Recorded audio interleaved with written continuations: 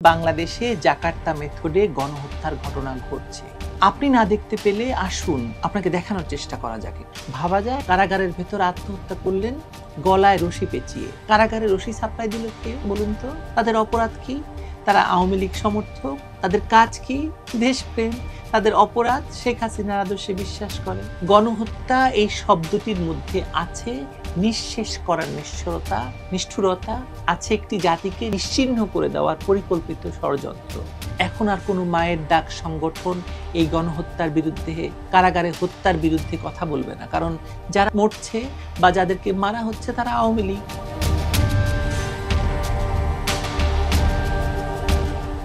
আপনারা তো জানেন যে এতদিন ধরে আওয়ামী লীগকে গণহত্যাকারী বলে গগন বিদারী চিৎকারে বাংলাদেশের রাজনীতি ভেসে যাচ্ছিল। কালকে যে রাজনীতি শুরু করেছে সেও আওয়ামী লীগকে গণহত্যাকারী বলছিল। ডক্টর ইউনূস বলছিলেন, বিএনপি বলছিল, জামাত বলছিল ৭১ সালে যারা গণহত্যা করে শাস্তিপ্রাপ্ত, ফাঁসির দণ্ডপ্রাপ্ত রাজনৈতিক দল, সেই রাজনৈতিক দলও আওয়ামী লীগকে গণহত্যাকারী বলে গগন বিদারী চিৎকার শেষে আন্তর্জাতিক অপরাধ ট্রাইব্যুনালে আওয়ামী লীগের বিরুদ্ধে, বিশেষ করে শেখ হাসিনার বিরুদ্ধে রাষ্ট্রপক্ষ গণহত্যার অভিযোগ আনবে না বলে সিদ্ধান্ত নিয়েছিল। জানেন তো আপনারা সেটা। এতদিন পরে তারা বুঝেছিল যে আন্তর্জাতিকভাবে স্বীকৃত গণহত্যার সংজ্ঞার সঙ্গে আওয়ামী লীগের বিরুদ্ধে আনিত অভিযোগকে গণহত্যা হিসেবে প্রমাণ করা সম্ভব হবে না। তাই তারা এখন আওয়ামী লীগ নেতাকর্মীদের বিরুদ্ধে মানবতা বিরোধী অপরাধের অভিযোগ আনবে। একদিন দেখবেন এই মানবতা বিরোধী অপরাধও তারা আর প্রমাণ করতে পারবে না, ফলে এই অভিযোগও তুলে নিতে হবে। কিন্তু সে পরের কথা পরে। এখন যে দেশে আসলে গণহত্যার ঘটনা ঘটছে সেটা কি আপনি দেখতে পাচ্ছেন বা টের পাচ্ছেন? আমি দেখতে পাচ্ছি যে বাংলাদেশে জাকার্তা মেথডে গণহত্যার ঘটনা ঘটছে। আপনি না দেখতে পেলে আসুন আপনাকে দেখানোর চেষ্টা করা যাক। নেত্রকোনার ছাত্রলীগ নেতা রুহুল আমিন আকাশ স্বপ্ন ছিল দেশের জন্য কাজ করার, মানুষের পাশে দাঁড়ানোর। এলাকাবাসীই বলেছে সে কথা, কিন্তু তার নিথর রক্তাক্ত দেহ পড়ে থাকলো সড়কের পাশে। কে মারলো? কেন মারলো? কারণ একটাই, সে আওয়ামী লীগ করতো, ছাত্রলীগ করতো, আদর্শিক ছিল। তাকে থামাতে চেয়েছে একটি হিংস্র রাজনৈতিক যন্ত্র। রাষ্ট্র তার পাশে আছে এখন। এরপর একজন নয়, দুজন নয়, ২৩ জন আওয়ামী লীগ নেতা কর্মী প্রাণ হারালেন কারাগারে। তারা কেউ হার্ট অ্যাটাকে মারা গেলেন, কেউ কারাগারের ভেতর আত্মহত্যা করলেন। ভাবা যায় কারাগারের ভেতর আত্মহত্যা করলেন গলায় রশি পেঁচিয়ে। কারাগারে রশি সাপ্লাই দিল কে বলুন তো? কারাগারের ভেতর মৃত সুজন, আলী আসগর, বাচ্চু, তারা কি শুধু মৃত্যুর পরিসংখ্যান, নাকি রাষ্ট্রের প্রত্যক্ষ তত্ত্বাবধানে তাদেরকে হত্যা করা হয়েছে?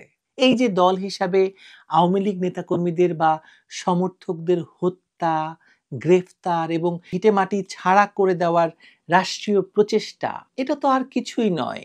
এর সঙ্গে মিলে যায় গণহত্যার সংজ্ঞার। একটি সুনির্দিষ্ট জনগোষ্ঠীকে তাদের ধর্মীয়, রাজনৈতিক কিংবা অন্যান্য বিশ্বাসের কারণে যদি কোনো কর্তৃপক্ষ হত্যা করে, সম্পত্তি দখল করে এবং রাষ্ট্র থেকে বিতাড়ন করে, তাকেই তো প্রকৃত গণহত্যা বলে। পৃথিবীর যেখানে যেখানে গণহত্যা রাষ্ট্রের তত্ত্বাবধানে এবং এরকম ঘটনা ঘটেছে, সেখানেই গণহত্যার অভিযোগ এসেছে এবং বিচার হয়েছে। এই মুহূর্তে দেশের কারাগারগুলোতে ৪.৫ লাখের মতো আওয়ামী লীগের নেতাকর্মী এবং সমর্থকরা আটক রয়েছে। আটক রয়েছে প্রায় অর্ধশত সাংবাদিক এবং অধিকার কর্মী।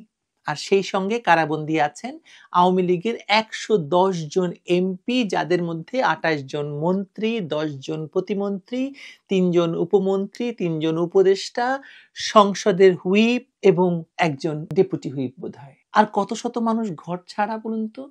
আপনার পাশের বাড়িতে গিয়ে খোঁজ নিন তো, আওয়ামী লীগ করার কারণে তারা বাড়িতে বসবাস করতে পারছেন কিনা। তাদের অপরাধ কি? তারা আওয়ামী লীগ সমর্থক। তাদের কাজ কি? দেশপ্রেম। তাদের অপরাধ শেখ হাসিনার আদর্শে বিশ্বাস করে। তাদের শিশুরা স্কুলে যেতে পারছে না। বৃদ্ধ বাবা মা কাঁদছেন ভয়ে, তাদের মেয়েরা নিরাপদ নয় নিজের শহরে। এটাও কিন্তু গণহত্যার সংজ্ঞায় পড়ে। ও আপনারা জানেন কি, এই গত ১০ মাসে ১৭২ জনকে পিটিয়ে হত্যা করা হয়েছে। রাস্তায় মব ডেকে মেরে ফেলা হচ্ছে শুধুমাত্র সন্দেহের বশে।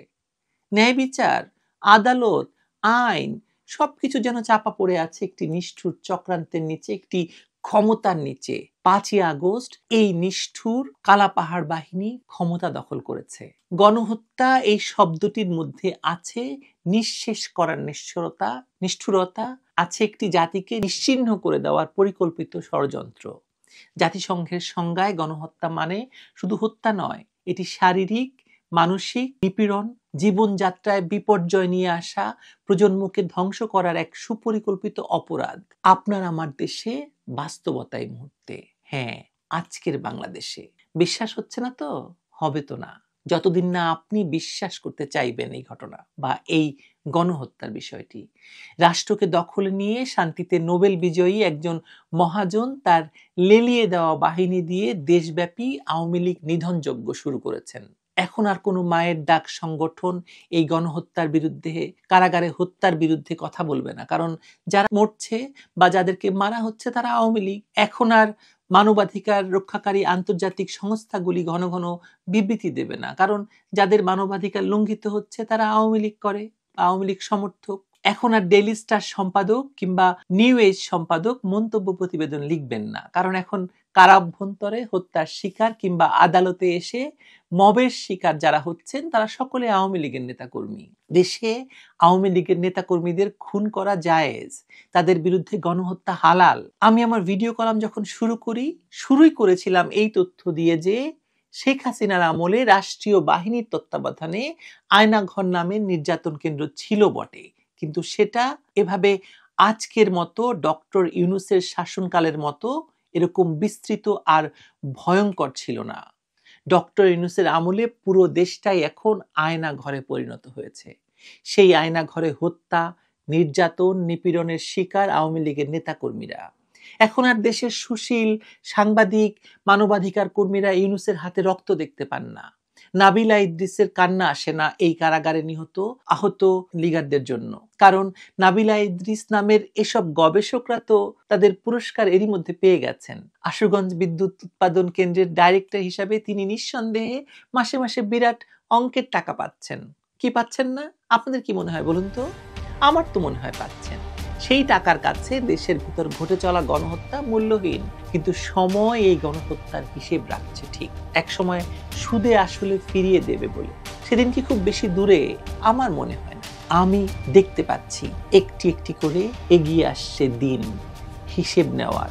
মানুষ শপথ নিচ্ছে একদিন বিচার ঠিক চাইবে। তখন যেন আবার বলবেন না আওয়ামী লীগ প্রতিহিংসাপরায়ণ, আওয়ামী লীগ স্বৈরাচারী। এক যাত্রায় দুই ফল কেমন করে হয়? আপনি আওয়ামী লীগকে নিশ্চিহ্ন করে দেবেন আর তারপর আওয়ামী লীগ বিচারও চাইতে পারবে না। বাংলাদেশের এই বাস্তবতা আর কতদিন চলবে বলুন তো? ভালো থাকুন।